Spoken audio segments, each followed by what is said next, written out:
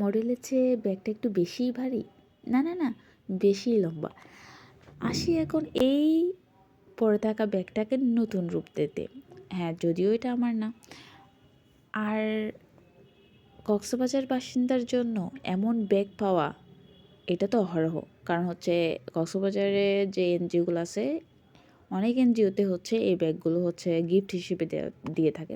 তো বাসায় পড়ে থাকলে বা কারো কাছ থেকে পেয়ে থাকলে বা কারো কাছ থেকে মেরে দিলে এটাকে নতুনভাবে একটা টোট ব্যাগে পরিণত করতে, তো এটা বেশি সময় লাগে না, প্রায় 30 মিনিটের মতো সময় লাগে। আর হচ্ছে কিছু কালার অপচয় না, অপচয় বলবো না, মানে একটু কালার লাগে। তো যেভাবে যে লেখাটা থাকে এটা পুরো একটা কভার দিতে হবে। আর যেভাবে লেখা থাকে ওটাতে একটা হচ্ছে জাস্ট ফুলের মতো আর্ট করে দেওয়া যায়। আর আমারও বেশি হাতে তেমন সময় ছিল না যে আমি এটাকে আরও সুন্দর করব। তো তারা আর আমি অনেক অসুস্থ, আমার গলাটা তো গেছে ভেঙে, প্রায় অর্ধেক অর্ধেক, ভেঙে না মানে গলা ভেঙে যায়নি, বাট আমার ভয়েসটা হচ্ছে ঠান্ডা লেগে এমনটা হয়ে গেছে।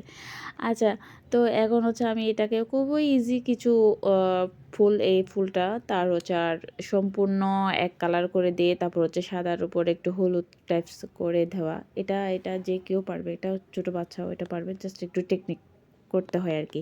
তো এটা হচ্ছে আমার final bag, final look, final ব্যাগের ফাইনাল লুক। তো কেমন হয়েছে অবশ্যই জানাবেন। আর হ্যাঁ, এই ব্যাগটা সত্যি দেখতে অনেক সুন্দর লাগছে। আর হচ্ছে এটাকে নতুন লুক দিতে পেরে আমারও আসলে অনেক ভালো লাগছে। আমার আফুরও বেশ পছন্দ হয়েছে। এটা হচ্ছে রিভিউ আপনারা হয়তো দেখছেন, তা আমি আবার রিভিউটা দিব। তো আল্লাহ হাফেজ।